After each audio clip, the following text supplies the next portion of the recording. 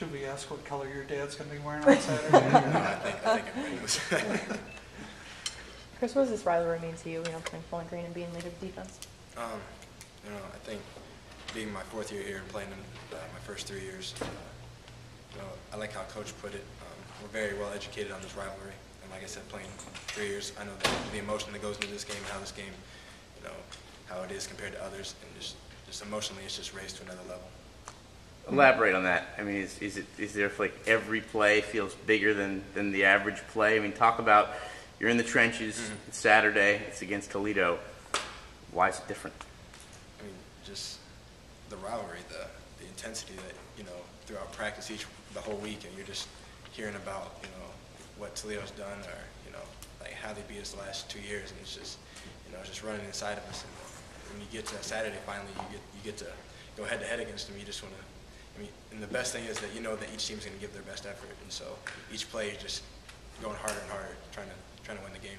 In preparing for a game like this, I mean, you obviously know that Owens has been getting more snaps, but there is the Danton factor too. He's been in there. I mean, how tough is it to prepare for a team that has potentially 2 quarterbacks that are capable of hurting you?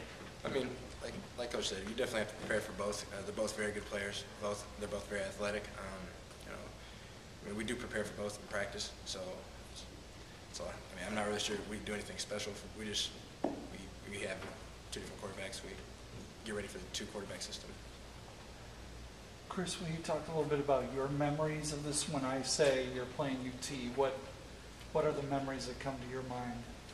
I'd say the best memory is probably freshman year when we won. I remember that game going up real fast. I think it was 21-0 first quarter, and we had a couple block punts that put us ahead.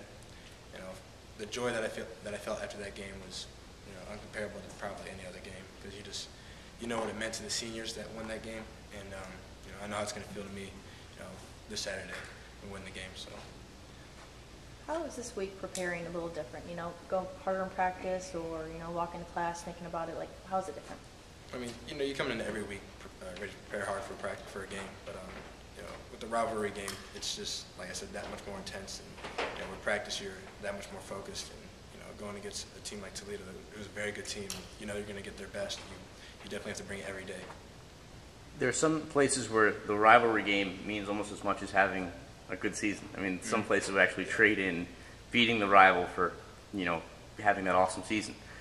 You guys still have a ton of games left to go. So how do you guys, while stressing the importance of this game, recognize that win or lose, there's still time left in the season? I mean, is that been also stressed too? I mean, whether the game's at the end of the season or the beginning, the very first game, you could either be at the end of the season having a losing season, no, you're not going anywhere, and it's still the biggest game of the year.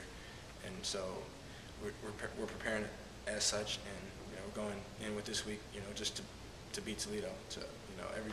Every time we take the field in practice, it's just to beat Toledo. We're just focused on this week right now.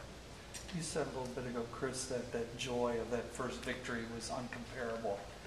Compare that to the emotion of the last 2 years. I mean, obviously, it's very disappointing when you lose a football game, especially when it's a rivalry. And like Coach was talking about before, geographically being so close, you'll hear it a lot from a lot of different people, and so it's just constantly ringing in your head from many other people.